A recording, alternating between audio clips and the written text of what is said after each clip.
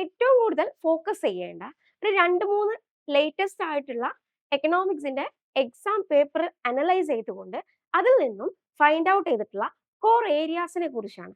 അല്ലെങ്കിൽ നിങ്ങൾ ഇത് പഠിക്കാതെ എക്സാമിന് പോവരുത് എന്ന് നോക്കേണ്ട ചില ഏരിയാസ് ഉണ്ടാവും. അത്തരം ഏരിയാസിനെ കുറിച്ചാണ് ഇന്ന് നമ്മൾ ഡിസ്കസ് ചെയ്യാനായിട്ട് പോകുന്നത്.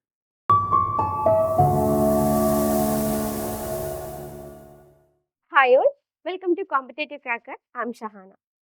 ഇന്ന് നമ്മൾ ഡിസ്കസ് ചെയ്യാനായിട്ട് പോകുന്നത് സെറ്റ് എക്കണോമിക്സ് എന്ന് പറയുന്ന സിലബസ് വാസ്റ്റ് ആണ് അല്ലെ. നമുക്ക് ഏറ്റവും ഫോക്കസ് ചെയ്യേണ്ട ചില ഏരിയാസ് ഉണ്ടായിരിക്കും, അല്ലെങ്കിൽ സിലബസ് മൊത്തമായിട്ട് കവർ ചെയ്തിട്ട് എക്സാം ഹോളിൽ എത്തുക എന്നുള്ളത് പോസിബിൾ അല്ല. സോ നമ്മൾ ഏറ്റവും കൂടുതൽ ഫോക്കസ് ചെയ്യേണ്ട ഒരു 2-3 ലേറ്റസ്റ്റ് ആയിട്ടുള്ള എക്കണോമിക്സിന്റെ എക്സാം പേപ്പർ അനലൈസ് ചെയ്തുകൊണ്ട് അതിൽ നിന്നും ഫൈൻഡ് ഔട്ട് ചെയ്തിട്ടുള്ള കോർ ഏരിയാസിനെ കുറിച്ചാണ്. അല്ലെങ്കിൽ നിങ്ങൾ ഇത് പഠിക്കാതെ എക്സാമിന് പോവരുത് എന്ന് നോക്കേണ്ട ചില ഏരിയാസ് ഉണ്ടാവും. അത്തരം ഏരിയാസിനെ കുറിച്ചാണ് ഇന്ന് നമ്മൾ ഡിസ്കസ് ചെയ്യാനായിട്ട് പോകുന്നത്. Okay, first high repeated areas ആണ്. ഹൈ റിപ്പീറ്റഡ് ഏരിയാസ് എന്ന് പറയുമ്പോൾ എല്ലാ ഫേസിലും റിപ്പീറ്റ് ചെയ്ത് വരുന്ന സെയിം ക്വസ്റ്റ്യൻ എന്നുള്ളതല്ല, സെയിം ക്വസ്റ്റ്യൻ റിപ്പീറ്റ് ചെയ്യുന്നുണ്ട്, അതുപോലെ ചില ഏരിയാസ് ഉണ്ടാവും. അതായത് എക്സാമ്പിൾ ആയിട്ട് ഇപ്പൊ ഇന്റർനാഷണൽ ട്രേഡ് തിയറീസ് എടുത്ത് നോക്കിയാൽ ഇന്റർനാഷണൽ ട്രേഡ് തിയറീസിൽ നിന്നും Heckscher Ohlin theorem, Stolper Samuelson theorem, Metzler paradox, Rybczynski theorem, Marshall Lerner condition, ഇത് റിപ്പീറ്റഡ് ഏരിയാസ് ആണ്. അതായത് ഏതൊരു ഫേസ് എടുത്ത് നോക്കിയാലും നിങ്ങൾക്ക് എന്ത് കാണാൻ കഴിയും? ഇത്തരം ഏരിയാസിൽ നിന്ന് ഇന്റർനാഷണൽ ട്രേഡ് തിയറീസ് ആയിട്ടുള്ള Heckscher Ohlin, Stolper Samuelson, Metzler paradox, Rybczynski theorem, Marshall Lerner condition, ഇതിൽ നിന്നും ക്വസ്റ്റ്യൻ വരാത്ത ഒരു ക്വസ്റ്റ്യൻ പേപ്പർ നിങ്ങൾക്ക് കാണാനായിട്ട് കഴിയില്ല. ഈ ഒരു ലേറ്റസ്റ്റ് ആയിട്ടുള്ള 3-4 ഫേസ് എടുത്ത് നോക്കിയാൽ. സോ അതിൽ നിന്നും നിങ്ങൾ എന്ത് മനസ്സിലാക്കണം? ഏറ്റവും കോൺസെൻട്രേറ്റ് ചെയ്ത് പഠിക്കേണ്ട ഏരിയാസ് എന്ന് പറയുന്നത് ഇന്റർനാഷണൽ ട്രേഡ് തിയറീസിൽ ഈ ഏരിയാസ് ആണ് എന്നുള്ളതാണ് ആദ്യം നിങ്ങൾ മനസ്സിലാക്കേണ്ടത്. സോ എക്സാം എത്താറായി, ഓഗസ്റ്റ് 2 എക്സാം ആണ്. പക്ഷെ ഒന്നും ആയില്ല എന്ന് പറഞ്ഞ് നിൽക്കുന്നവര് ആദ്യം പോവുക ഇന്റർനാഷണൽ ട്രേഡ് തിയറീസിലേക്ക്. നിങ്ങൾക്കൊരു 3-4-5 മാർക്ക് എന്തായാലും ഇവിടെ നിന്ന് ഉറപ്പാണ്. ഓക്കെ, നെക്സ്റ്റ് ഗ്രോത്ത് മോഡൽസ് ആണ്. നെക്സ്റ്റ് ഗ്രോത്ത് മോഡൽസിൽ Harrod Domar model, Solow model, Harrod Domar model, Solow model, endogenous growth models, embodied versus disembodied technical progress. ഇത്തരം ഏരിയാസ് എന്താണ്? ഗ്രോത്ത് ആൻഡ് ഡെവലപ്മെന്റിൽ നിന്നും റിപ്പീറ്റഡ് ആയിട്ട് വരുന്ന ഏരിയാസ് ആണ്. ഏതൊക്കെയാണ്? ഗ്രോത്ത് മോഡലിനകത്ത് ഹരോഡ് ഡോമർ മോഡൽ ഉണ്ട്, സോളോയുടെ മോഡൽ ഉണ്ട്, ദെൻ നമ്മളുടെ എൻഡോജീനിയസ് ഗ്രോത്ത് മോഡൽസ് ഉണ്ട്, എംബോഡിഡ് ടെക്നിക്കൽ പ്രോഗ്രസ് ഉണ്ട്, ഡിസെംബോഡിഡ് ടെക്നിക്കൽ പ്രോഗ്രസ് ഉണ്ട്. ഇന്റർനാഷണൽ ട്രേഡ് തിയറീസിനോടൊപ്പം തന്നെ ഗ്രോത്ത് ആൻഡ് ഡെവലപ്മെന്റിന്റെ ഇത്തരം തിയറീസിലും നിങ്ങൾ എന്ത് ചെയ്യണം? കോൺസെൻട്രേറ്റ് ചെയ്ത് പഠിക്കണം. International trade theories stick on ചെയ്യുന്നത് പോലെ തന്നെ ഗ്രോത്ത് ആൻഡ് ഡെവലപ്മെന്റിലെ ഈ പറഞ്ഞ പോർഷൻസ് നിങ്ങൾ എന്ത് ചെയ്യുക? സ്റ്റിക്ക് ഓൺ ചെയ്യും. Okay, then welfare economics, micro എക്കണോമിക്സിൽ നിങ്ങൾ കോർ ആയിട്ട് നമ്മളുടെ ഓർഡിനൽ യൂട്ടിലിറ്റിയും കാർഡിനൽ യൂട്ടിലിറ്റിയുടെ ഒക്കെ കാലം കഴിഞ്ഞു. ഇപ്പോൾ കൃത്യമായിട്ട് ഫോക്കസ് ചെയ്ത് പഠിക്കേണ്ട, കൃത്യമായിട്ട് റിപ്പീറ്റ് ചെയ്ത് പഠിക്കേണ്ട ഏരിയാസ് എന്ന് പറയുന്നത് ഏതാണ്? വെൽഫെയർ എക്കണോമിക്സ് ആണ്. അതിൽ കാൾഡർ ഹിക്സ്, സ്കിറ്റോക്സ്കി, ബെർഗ്സൺ, സാമുവൽസൺ, ഇവ മൂന്നും എന്ത് ചെയ്യണം? വെൽഫെയർ എക്കണോമിക്സിനകത്ത് നിങ്ങൾ കൃത്യമായിട്ട് ഫോക്കസ് ചെയ്ത് പഠിക്കണം. പരറ്റോ ഒപ്റ്റിമാലിറ്റി ഇതിനോടൊപ്പം ചേർത്ത് പഠിക്കുന്നത് ബെറ്റർ ആയിരിക്കും. ഓക്കെ, ഇനി അതുപോലെ തന്നെ കൺസ്യൂമർ തിയറിയിലേക്ക് വന്നാൽ നമ്മളുടെ കാർഡിനൽ അപ്രോച്ചും ഓർഡിനൽ അപ്രോച്ചും ഒക്കെ മാറിയിട്ട് ഇപ്പോൾ ഫോക്കസ് ചെയ്യേണ്ടത് റിവീൽഡ് പ്രിഫറൻസ് തിയറിയിലേക്കാണ്. ഈ പറഞ്ഞ കണക്കിന് റിവീൽഡ് പ്രിഫറൻസ് തിയറിയിൽ നിന്ന് നമ്മുടെ വീക്ക് ആക്സിയും സ്ട്രോങ് ആക്സിയും അടങ്ങുന്ന റിവീൽഡ് പ്രിഫറൻസിനകത്ത് എന്ത് വരുന്നുണ്ട്? റിപ്പീറ്റഡ് ആയിട്ട് ക്വസ്റ്റ്യൻസ് വരുന്നുണ്ട്. ദെൻ സ്ലസ്കിയുടെ ഇക്വേഷൻസ് പഠിക്കണം. സ്ലസ്കിയുടെ ഇക്വേഷൻ പഠിക്കാനുണ്ട്. ഹിക്സും സ്ലസ്കിയും തമ്മിലുള്ള നമ്മുടെ പ്രൈസ് ഇഫക്റ്റ്, അത് സബ്സ്റ്റിറ്റ്യൂഷൻ ഇഫക്റ്റ്, ഇൻകം ഇഫക്റ്റ് ആയിട്ട് രണ്ടായിട്ട് തരംതിരിക്കുന്നുണ്ടല്ലോ. അത് എക്സിന്റെ വേർഷൻ പഠിക്കാനുണ്ട്, സ്ലസ്കിയുടെ വേർഷൻ പഠിക്കാനുണ്ട്. രണ്ടിനെയും എന്ത് ക്ലാസിഫൈ ചെയ്ത് പഠിക്കാനുണ്ട്. രണ്ടിനെയും സിമിലാരിറ്റീസും ഡിഫറൻസസും നിങ്ങൾ കൃത്യമായിട്ട് പഠിച്ചിരിക്കുക. ഇതൊക്കെ ഡയറക്റ്റ് ആയിട്ട് ക്വസ്റ്റ്യൻ വരുന്നതല്ല, പക്ഷെ സ്റ്റേറ്റ്മെന്റ് രൂപേണ പല രീതിയിൽ എന്ത് ചെയ്യുന്നുണ്ട്? ക്വസ്റ്റ്യൻസ് വരുന്നുണ്ട്. ഓക്കെ, ദെൻ അറിയാം ഗിഫൺ ആൻഡ് ഇൻഫീരിയർ ഗുഡ്സ് അല്ലെ. ഗിഫൺ ഗുഡ്സ്, ഇൻഫീരിയർ ഗുഡ്സ്, അതിൽ price effect, substitution effect, income effect. ഇവ മൂന്നും ഈ 3 ഇഫക്ട്സും ഗിഫൻ ഗുഡ്സിന്റെ കേസിൽ, ഇൻഫീരിയർ ഗുഡ്സിന്റെ കേസിൽ എങ്ങനെ വരുന്നു എന്നുള്ളത് കൃത്യമായിട്ട് മനസ്സിലാക്കണം. നിങ്ങൾക്കറിയാം ഒരു ക്വസ്റ്റ്യൻ എന്താണ് ഒരുപാട് നാളത്തെ ഫേസ് എടുത്തു നോക്കിയാൽ നിങ്ങൾക്ക് കാണാൻ പറ്റും റിപ്പീറ്റഡ് ആണ് അല്ലെ, റിപ്പീറ്റഡ് ആണ്. ആ ഒരു കൺസെപ്റ്റ് റിപ്പീറ്റഡ് ആണ്. കൺസെപ്റ്റ് കൃത്യമായിട്ട് പഠിച്ചാൽ ഗിഫന്റെ price effect, income effect, substitution effect, ഇൻഫീരിയറിന്റെ income effect, price effect, substitution effect കൃത്യമായിട്ട് പഠിച്ചോ, നിങ്ങൾക്ക് ഒരു മാർക്ക് അവിടെ ഷുവർ ആണ്. പിന്നെ പറയണ്ടല്ലോ, മാർക്കറ്റ് സ്ട്രക്ചേഴ്സിൽ നിങ്ങൾ കോൺസെൻട്രേറ്റ് ചെയ്യേണ്ടത് ഏത് ഏരിയാസ് ആണ്? യെസ്, നമ്മളുടെ ഒലിഗോപോളി മോഡൽസ് ആണ് അല്ലെ. ഒലിഗോപോളി മോഡൽസിൽ തന്നെ ഏതാ കോനോട്ട് model, Bertrand model, Stackelberg model. ഇതിനോട് അടുപ്പിച്ച് തന്നെ കിങ്ങഡും കൂടെ പഠിക്കാം കേട്ടോ. കിങ്ങഡ് ഡിമാൻഡ് കർവും കൂടെ ഇതിനോട് ചേർത്തിട്ട് നിങ്ങൾ പഠിക്കാം. Cournot model, Bertrand model, Stackelberg model, kinked demand curve model, Paul സീസിയുടെ കിങ്ങഡ് ഡിമാൻഡ് കർവ് മോഡൽ. ഇത്രയും മോഡൽസ് പഠിക്കണം.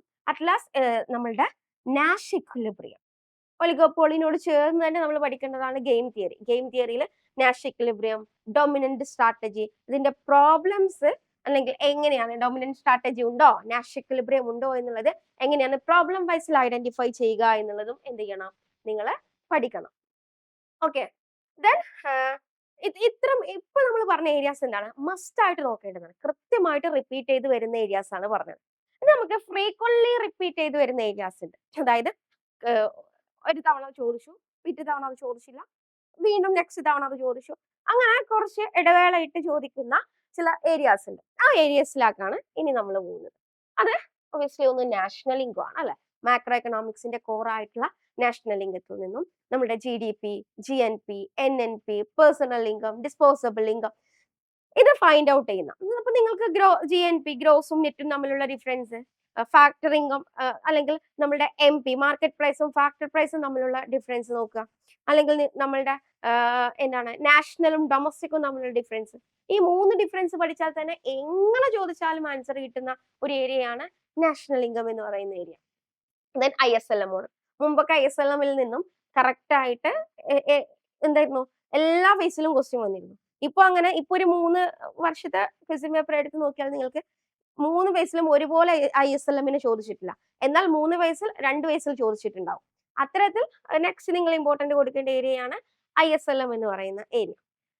ഫിലിപ്സ് കർവും ISLM-നോടൊപ്പം തന്നെ നിങ്ങൾ നോക്കുക. ISLM പോലെ തന്നെ മുമ്പ് കണ്ടിന്യൂസ് ആയിട്ട് ചോദിച്ചൊരു ഏരിയ ആയിരുന്നു ഫിലിപ്സ് കർവ്. പക്ഷെ ഇപ്പൊ നോക്കുമ്പോൾ 3-ൽ ചിലപ്പോൾ ഒരു തവണ ചോദിച്ചിട്ടുണ്ടാവും. ഇനി നെക്സ്റ്റ് തവണ ചോദിക്കാൻ ചാൻസ് ഉള്ള ഏരിയ ആണ് ഏത് ഫിലിപ്സ് കർവ് എന്ന് പറയുന്നത്.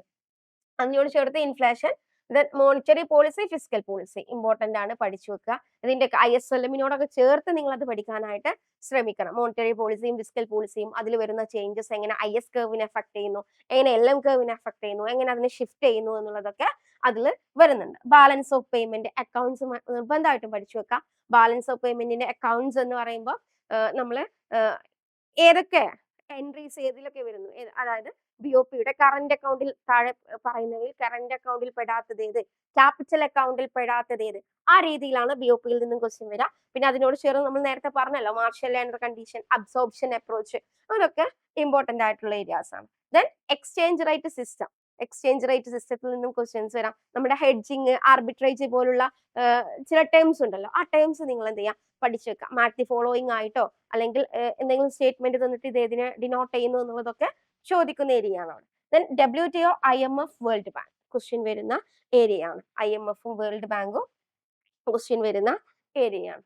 Okay, then statistics and econometrics. Statistics and എക്കണോമെട്രിക്സിന്റെ പ്രത്യേകത തന്നെ റിപ്പീറ്റഡ് ആയിട്ട് വരുന്ന ഏരിയാസ് ആണ് അല്ലെ. PYQs പഠിച്ചാൽ മതി എന്നുള്ളതാണ് എപ്പോഴും നമ്മൾ ഇതിൽ പറയാറുള്ളത്. സ്റ്റാറ്റിസ്റ്റിക് അല്ലെങ്കിൽ ക്വാണ്ടിറ്റേറ്റീവ് ആപ്റ്റിറ്റ്യൂഡിൽ തന്നെ പറയാറുള്ളത്. ഓക്കെ, അതിൽ OLS-ന്റെ അസംഷൻസ് പഠിച്ചു വെക്കണം. OLS-ന്റെ അസംഷൻസും നിർബന്ധമാണ്. ഗോസ് മാർക്കോവ് തിയറം പഠിച്ചു വെക്കണം. ഹെട്രോസ്കെറാസിറ്റി, മൾട്ടി കൊളീനിയാരിറ്റി, ഓട്ടോ കോറിലേഷൻ, ഇത് മൂന്നും ഇല്ലാത്ത ഏതെങ്കിലും ഒരു ഫേസ് നിങ്ങൾ കണ്ടിട്ടുണ്ടോ? നിങ്ങൾ എത്ര തവണ സെറ്റ് എക്സാം എഴുതിയിട്ടുണ്ടോ ആ തവണയൊക്കെ നിങ്ങൾ കണ്ടിട്ടുണ്ടാവും. ഒന്നെങ്കിൽ ഹെട്രോസ്കെറാസിറ്റി, അല്ലെങ്കിൽ മൾട്ടി കൊളീനിയാരിറ്റി, അല്ലെങ്കിൽ മൂന്നും ഒരുമിച്ച് വന്ന ക്വസ്റ്റ്യൻ പേപ്പർ വരെ നമുക്ക് ഉണ്ടായിട്ടുണ്ട്. അതിൽ മൂന്നും പഠിക്കുന്ന സമയത്ത് ഹെട്രോസ്കെറാസിറ്റി, മൾട്ടി കൊളീനിയാരിറ്റി, ഓട്ടോ കോറിലേഷൻ, ഇത് മൂന്നും എന്താണ്, അതിന്റെ കോൺസെപ്റ്റ് എന്താന്നുള്ളത് പഠിച്ചു വെക്കുക. കോൺസെപ്റ്റിന്റെ അപ്പുറത്തേക്ക് പിന്നെ എന്തിലേക്ക് പോകണം? എന്തുകൊണ്ടുണ്ടാവുന്നു അല്ലെ, അതിന്റെ റീസൺ പഠിച്ചു വെക്കണം. ഇനി ഇതിന്റെയൊക്കെ പ്രസൻസ് എങ്ങനെ ഐഡന്റിഫൈ ചെയ്യാം എന്നുള്ള അതിന്റെ ടെസ്റ്റുകൾ, ഡിറ്റക്ഷൻ ടെസ്റ്റുകൾ പഠിച്ചു വെക്കണം. ദെൻ എങ്ങനെ ഇത്തരം പ്രശ്നം ഫൈൻഡ് ഔട്ട് ചെയ്താൽ, ഹൈഡ്രോസ്കെഡാസിറ്റി, മൾട്ടി കൊളീനിയാരിറ്റി, ഓട്ടോ കോറിലേഷൻ എന്നൊക്കെ പറയുന്നത് പ്രോബ്ലംസ് ആണ് അല്ലെ, റിസർച്ചിനെ അഫക്റ്റ് ആക്കുന്ന, റിസർച്ചിൽ തെറ്റുകൾ വരുത്തുന്ന പ്രോബ്ലംസ് ആണ് ഇവ മൂന്നും. ഇവ മൂന്നും ഫൈൻഡ് ഔട്ട് ചെയ്താലേ എങ്ങനെ ഇവയിൽ നിന്ന് മറികടക്കാം അല്ലെ, എങ്ങനെ ഇതിന്റെ റെമഡിയൽ മെഷേഴ്സ് എന്താണെന്നുള്ളത് പഠിച്ചു വെക്കുക. ഇനി ഇതെല്ലാതും ഒരുമിച്ച് പഠിക്കാൻ കഴിഞ്ഞില്ലെങ്കിൽ എന്തായാലും ഈ കോൺസെപ്റ്റ് പഠിച്ചിട്ട്, ഈ മൂന്നും എന്താണ് എന്നുള്ള കോൺസെപ്റ്റ് പഠിച്ചതിന് ശേഷം എന്ത് ചെയ്യണം? ടെസ്റ്റുകൾ, ഇവ മൂന്നുമായി ബന്ധപ്പെട്ട ടെസ്റ്റുകൾ എന്തായാലും നിർബന്ധമായിട്ടും നിങ്ങൾ പഠിച്ചു വെക്കണം. നമുക്ക് ചില ഏരിയാസ് 100% എന്ന് പറയും അല്ലെ, ആ 100%ൽ പെടുന്നതാണ് ഇതെന്ന് പറയുന്നത്. ഓക്കെ, ഇൻഡെക്സ് നമ്പേഴ്സ് വലിയ ഇമ്പോർട്ടൻസ് ഇല്ലാത്ത ഏരിയ ആണ്, പക്ഷെ എങ്കിലും എന്താണ് ഫ്രീക്വന്റ്ലി ഒക്കെ ചോദിച്ചു വരുന്ന ഒരു ഏരിയാസ് ആണ്. പ്രോബബിലിറ്റി ഡിസ്ട്രിബ്യൂഷൻ നിങ്ങൾ പഠിക്കണം. നമ്മളുടെ ബൈനോമിയൽ ഡിസ്ട്രിബ്യൂഷൻ, പോയിസൺ ഡിസ്ട്രിബ്യൂഷൻ, ഇതൊക്കെ അങ്ങോട്ടും ഇങ്ങോട്ടും എന്താ ചെയ്യാറുണ്ട്, എല്ലാ ഫേസിലുമായിട്ട് ചോദിച്ച് കാണാറുണ്ട്. ഓക്കെ, ദെൻ ഇന്ത്യൻ ഇക്കോണമിയിലേക്ക് വന്നാൽ നീതി ആയോഗുമായി ബന്ധപ്പെട്ട്, നീതി ആയോഗ് എന്ന് പറയുമ്പോൾ ഇന്ത്യൻ ഇക്കോണമിയിൽ അധികം കറന്റ് അഫയേഴ്സ് റിലേറ്റഡ് ക്വസ്റ്റ്യൻസ് ആ വരിക. അതുകൊണ്ട് തന്നെ എപ്പോഴും നമ്മൾ ഒതന്റിക് സോഴ്സിൽ നിന്നുള്ള ഡാറ്റ വെച്ചിട്ടാണ് ഇന്ത്യൻ ഇക്കോണമിയെ നമ്മൾ പഠിക്കാറുള്ളതും നമ്മുടെ ക്ലാസ്സസിൽ അതാണ് പ്രൊവൈഡ് ചെയ്യാറുള്ളത്. അപ്പൊ നീതി ആയോഗ് എന്ന് പറയുമ്പോൾ അതിന്റെ നീതി ആയോഗിനെ കുറിച്ചൊരു ധാരണ ഉണ്ടാക്കി വെക്കുക, അതിന്റെ ചെയറും കാര്യങ്ങളൊക്കെ നോക്കി വെക്കുക. ബിയോണ്ട് ദാറ്റ് നമ്മൾ അതിന്റെ എന്ത് ചെയ്യണം, പബ്ലിക്കേഷൻസിലേക്ക് പോകണം. നീതി ആയോഗിന്റെ ഏറ്റവും ഇമ്പോർട്ടന്റ് ആയിട്ടുള്ള പബ്ലിക്കേഷൻസിൽ നിന്നുള്ള ഡാറ്റാസ് എന്ത് ചെയ്യണം, എടുത്തു പഠിക്കണം. ഫൈനാൻസ് കമ്മീഷൻ അല്ലെ, ഇപ്പം നിലവിൽ 16th ഫൈനാൻസ് കമ്മീഷൻ അപ്പോയിന്റഡ് ആയിട്ടുണ്ട്. അപ്പൊ ഈ 16th ഫൈനാൻസ് കമ്മീഷന്റെ റിപ്പോർട്ടിനെ കുറിച്ച് നമുക്ക് ഇതിൽ പഠിക്കാനായിട്ട് കഴിയില്ല, കാരണം അവരുടെ റെക്കമെൻഡേഷൻസ് വന്നിട്ടില്ല. അതായത് 15th തന്നെയാണ് ഇപ്പോഴും ഇമ്പോർട്ടൻസ് ആയിട്ട് നിൽക്കുന്നത്. സോ എൻ കെ സിംഗ് കമ്മിറ്റിയുടെ റെക്കമെൻഡേഷനോടൊപ്പം തന്നെ എന്ത് പഠിക്കുക, 16th ഫിനാൻസ് കമ്മീഷനെ കുറിച്ച് നിങ്ങൾ പഠിക്കുക. ദെൻ പോവർട്ടി ആൻഡ് അൺഎംപ്ലോയ്മെന്റിന്റെ ഒക്കെ ലേറ്റസ്റ്റ് ഡാറ്റ വേണം നിങ്ങൾ പഠിക്കാൻ. അൺഎംപ്ലോയ്മെന്റിന്റെ ടൈപ്പ് ഇമ്പോർട്ടന്റ് ആണ്. പോവർട്ടിയുമായി ബന്ധപ്പെട്ടിട്ട് അതിന്റെ കമ്മിറ്റീസ് മോസ്റ്റ് ഇമ്പോർട്ടന്റ് ആണ് കേട്ടോ. താഴെ തന്നിരിക്കുന്നതിൽ പോവർട്ടി റിലേറ്റഡ് കമ്മിറ്റി ഏതാണ്, അല്ലെങ്കിൽ ഇന്ന രീതിയിൽ പോവർട്ടിയെ ഡിനോട്ട് ചെയ്തിട്ടുള്ള, ഇന്ന രീതിയിൽ പോവർട്ടിയെ ഡിഫൈൻ ചെയ്തിട്ടുള്ള കമ്മിറ്റി ഏതാണ് എന്നൊക്കെ ചോദിക്കാം. ദെൻ GST അറിയാലോ, GST ഇമ്പോർട്ടന്റ് ആണ്. GSTയുമായി ബന്ധപ്പെട്ടിട്ട് GSTന്റെ കൗൺസിൽ അല്ലെങ്കിൽ അതിന്റെ അമെന്റ്മെന്റ് എന്നതിനേക്കാൾ ഉപരി ഇപ്പൊ ഏതാ ചോദിക്കുന്നത്, GSTയുമായി ബന്ധപ്പെട്ടിട്ടുള്ള കറന്റ് ഡാറ്റയാണ്, അല്ലെങ്കിൽ GSTയുടെ കളക്ഷനും കാര്യങ്ങളൊക്കെ ബന്ധപ്പെട്ടിട്ടുള്ള ഡാറ്റയാണ് അവിടെ ചോദിച്ചു വരുന്നത്. Agriculture and industrial policies important ആണ്. ആ ഒരു പോളിസീസ് ഇന്ത്യൻ ഇക്കോണമിയിൽ നിന്നും നിങ്ങൾ പഠിക്കണം. ഓക്കെ, ഇത്തരം ഏരിയാസ്. ഇനി മാത്തമാറ്റിക്കൽ എക്കണോമിക്സിലേക്ക് വന്നാൽ homogeneous functions, Euler's theorem important. Elasticity find out ചെയ്യാം, എല്ലാ ക്വസ്റ്റ്യനിലും ഉണ്ടാവും അല്ലെ, ഇലാസിറ്റി ഫൈൻഡ് ഔട്ട് ചെയ്യുക എന്ന് പറഞ്ഞിട്ടൊരു ക്വസ്റ്റ്യൻ ഉണ്ടാവും. അതുപോലെ തന്നെ ഒപ്റ്റിമൈസേഷൻ ഫംഗ്ഷൻസ് ഉണ്ടാവും, പ്രോഫിറ്റ് മാക്സിമൈസേഷൻ, ഇക്വിലിബ്രിയം, ആ ഒരു ലെവലിൽ. ഇത്തരത്തിലൊക്കെ മാത്തമാറ്റിക്കൽ എക്കണോമിക്സ് ഒക്കെ എന്താണ് പ്രീവിയസ് ഇയേഴ്സിൽ വെച്ചിട്ടാണ് നമ്മൾ എപ്പോഴും അതിനെ റെഫർ ചെയ്തിട്ടാണ് പഠിപ്പിക്കുന്നത്. അത് അങ്ങനെ ഒരു രീതിയിലുള്ള സ്റ്റഡി നടത്തിയാൽ നിങ്ങൾക്ക് അതിൽ നിന്നും വരുന്ന എല്ലാ ക്വസ്റ്റ്യൻസും കിട്ടാറുണ്ട്. അപ്പോൾ മാത്തമാറ്റിക്കൽ എക്കണോമിക്സിന്റെ കോർ, മാത്തമാറ്റിക്കൽ നമ്മൾ റിപ്പീറ്റഡ് ആയിട്ട് വരുന്ന ഏരിയാസ് തന്നെയാണ് ചോദിക്കാറുള്ളത്. പുതിയൊരു ഏരിയാസ് ഒന്നും ഇതുവരെ മാത്തമാറ്റിക്കൽ എക്കണോമിക്സിൽ നിന്നും ചോദിച്ചിട്ടില്ല. ഓക്കെ, ഇത്തരത്തില് എന്ത് പഠിക്കണം, എങ്ങനെ പഠിക്കണം എന്നുള്ളത് മനസ്സിലാക്കുക എന്നുള്ളതാണ് ഫസ്റ്റ്. അതായത് സിലബസ് കണ്ടിട്ട് വാസ്റ്റ് ആണ് എന്ന് പറഞ്ഞു ഇരിക്കുകയല്ല വേണ്ടത്. സിലബസിൽ നിന്നും നമുക്ക് ഐഡന്റിഫൈ ചെയ്യാനായിട്ട് കഴിയണം. സിലബസിനെ നമുക്ക് എന്ത് ചെയ്യണം, ക്ലാസിഫൈ ചെയ്യാനായിട്ട് കഴിയണം. എന്ത് ഫോക്കസ് ചെയ്യണം, ആദ്യം എവിടെ ഫോക്കസ് ചെയ്യണം, എവിടെ ഫോക്കസ് ചെയ്യേണ്ട, ഏത് കംപ്ലീറ്റ്ലി നമുക്ക് അവോയ്ഡ് ചെയ്യാം എന്നുള്ള ആ ഒരു രീതി നമുക്ക് കിട്ടണം. അങ്ങനെ കിട്ടിയാൽ എന്ത് ചെയ്യാൻ പറ്റും, ഈസി ആയിട്ട് സ്റ്റിക്ക് ഓൺ ചെയ്യാനും എക്സാം ഹാളിലേക്ക് പോയിട്ട് എക്സാം ക്രാക്ക് ചെയ്യാനും നമുക്ക് കഴിയും അല്ലെ. ഇത്തരത്തില് അളന്നു കുറിച്ച് എന്ത് പഠിക്കണം, എവിടെ പഠിക്കണം, എങ്ങനെ പഠിക്കണം എന്നുള്ളത് കൃത്യമായിട്ട് ഡെലിവർ ചെയ്യുന്ന 15 ഡേയ്സിന്റെ ബൂസ്റ്റർ ബാച്ച് നമുക്ക് സ്റ്റാർട്ട് ചെയ്തിട്ടുണ്ട്. ഓൾറെഡി ഒരു ബാച്ച് നമുക്ക് കംപ്ലീറ്റ് ആയി, സെക്കൻഡ് ബാച്ച് ആണ് ഇപ്പോൾ തുടങ്ങാനായിട്ട് പോകുന്നത്. സോ വളരെ അധികം സമയമല്ല, August 2 നമ്മുടെ എക്സാം ആണ്. അതുകൊണ്ട് തന്നെ നമ്മുടെ 15 ഡേയ്സിന്റെ ക്രാഷ് ബാച്ചിൽ പെട്ടെന്ന് ജോയിൻ ചെയ്യാം. ഇവിടെ നമുക്ക് 45 ഹവേഴ്സ് കിട്ടുന്ന ലൈവ് ആണ് ഇതിന്റെ ഏറ്റവും വലിയ ഹൈലൈറ്റ് എന്ന് പറയുന്നത്. അതായത് ഈ കോർ ഏരിയാസിന് എക്സാമിന് നിങ്ങൾക്ക് 100% വരുമെന്ന് ഉറപ്പുള്ള, അല്ലെങ്കിൽ നിങ്ങളെ ക്വാളിഫൈ ചെയ്യാനായിട്ട് കഴിയുമെന്ന് നമുക്ക് ഉറപ്പുള്ള ഏരിയാസ് എടുത്തുകൊണ്ടാണ് 45 ഹവേഴ്സിന്റെ ലൈവ് നിങ്ങൾക്ക് കിട്ടുന്നത്. ഡെയിലി 15 ഡേയ്സ് എന്ന് പറയുമ്പോൾ 15 ഡേയ്സിലും ഡെയിലി ലൈവ്സ് ആയിരിക്കും നിങ്ങൾക്ക് കിട്ടുന്നത്. ഡൗട്ട് ക്ലിയറിംഗ് ഫെസിലിറ്റീസ് ഉണ്ട്. കൂടാണ്ട് 15 മോഡൽ എക്സാംസ് നിങ്ങൾക്ക് കിട്ടും. എക്സാമിന്റെ അതേ ഒരു രീതിയിലുള്ള 15 മോഡൽ എക്സാം എഴുതാനുള്ള അവസരം നിങ്ങൾക്ക് കിട്ടും. ഡെയിലി വർക്ക്ഔട്ട് കിട്ടും. PYQ ഡിസ്കഷൻ സെഷൻസ് ഉണ്ടായിരിക്കും. ഡെയിലി വർക്ക്ഔട്ട്സ് ഉണ്ടായിരിക്കും. ഇൻഡിവിജ്വൽ മെന്റർഷിപ്പ് സപ്പോർട്ട് ഉണ്ടായിരിക്കും. ഏത് സമയത്തും എവിടെ വേണമെങ്കിലും നിങ്ങൾക്ക് എന്ത് ചെയ്യാം, മെന്ററിനെ കോൾ ചെയ്തിട്ടോ മെസ്സേജ് ചെയ്തിട്ടോ നിങ്ങൾക്ക് കണക്ട് ചെയ്തിട്ട് നിങ്ങളുടെ ഡൗട്ട്സ് എന്ത് ചെയ്യാൻ പറ്റും, ക്ലിയർ ചെയ്യാനായിട്ട് കഴിയും. ഇത്തരത്തിലൊരു പാക്കേജ് ആണ് 15 ഡേയ്സിന്റെ ക്രാഷ് ബാച്ച് എന്ന് പറയുന്നത്. അപ്പോൾ നിങ്ങൾ ചോദിക്കാം 50 ഡേയ്സ് കൊണ്ട് എന്ത് കിട്ടാൻ, 1 വർഷമായി 2 വർഷമായി പഠിക്കുന്നു എന്നുള്ളതല്ല. ആ എക്സാമിന്റെ അവസാന നിമിഷങ്ങൾ അല്ലെങ്കിൽ അവസാന ദിവസങ്ങൾ നിങ്ങൾ എങ്ങനെ യൂട്ടിലൈസ് ചെയ്യുന്നു എന്നുള്ളതാണ് എക്സാം ഹാളിൽ എപ്പോഴും ഡിസൈഡ് ചെയ്യാറുള്ളത്. ആ എക്സാം ഹാളിൽ ഈ 15 ദിവസത്തെ നമ്മൾ പറയുന്ന രീതിയിൽ നിങ്ങൾക്ക് കൊണ്ടുപോകാനായിട്ട് കഴിഞ്ഞാൽ ഒബ്വിയസ്ലി യു ക്യാൻ എന്നുള്ളതാണ് നമ്മൾ എപ്പോഴും കാണിച്ചിട്ടുള്ളത്. നമ്മുടെ റിസൾട്ടും അത് തന്നെയാണ് നിങ്ങൾക്ക് പറഞ്ഞു തരുന്നത്. സോ പെട്ടെന്ന് തന്നെ നമ്മുടെ 15 ഡേയ്സിന്റെ ബൂസ്റ്റർ ബാച്ചിൽ ജോയിൻ ചെയ്യാം. നമുക്കൊരു ഫ്രീ ഗ്രൂപ്പ് ഉണ്ട്. ഫ്രീ ഗ്രൂപ്പിൽ ജോയിൻ ചെയ്യുക. ഫ്രീ ഗ്രൂപ്പിൽ നിങ്ങൾക്ക് ഡെയിലി ആക്ടിവിറ്റീസ് കിട്ടുന്നുണ്ട്. ഡെയിലി PYQ സെഷൻസ് കിട്ടുന്നുണ്ട്. നിങ്ങൾക്ക് സ്വയം വർക്ക്ഔട്ട് ചെയ്യാനുള്ള ഡീറ്റെയിൽസ് ആ ഒരു ഫ്രീ ഗ്രൂപ്പിലൂടെ കിട്ടും. പെട്ടെന്ന് നമ്മുടെ ലിങ്കിൽ കയറിയിട്ട് പെട്ടെന്ന് തന്നെ എന്ത് ചെയ്യുക, ഫ്രീ ഗ്രൂപ്പിലും ജോയിൻ ചെയ്യുക. 15 ഡേയ്സിന്റെ ബാച്ചിൽ ജോയിൻ ചെയ്യുക. ഉടനെ തന്നെ സ്റ്റാർട്ട് ചെയ്യാനായിട്ട് പോകുന്നു. കൂടുതൽ ഡീറ്റെയിൽസിനായിട്ട് മുകളിൽ കാണുന്ന നമ്പറിൽ കോൺടാക്ട് ചെയ്യുക. സോ നമ്മുടെ 15 ഡേയ്സിന്റെ ബാച്ച് ഉടനെ തന്നെ സ്റ്റാർട്ട് ചെയ്യുന്നുണ്ട്. അധികം സമയമല്ല. കൂടുതൽ വിവരങ്ങൾക്കായി 9746455514 എന്ന് പറയുന്ന നമ്പറിൽ കോൺടാക്ട് ചെയ്യുക. Okay, thank you.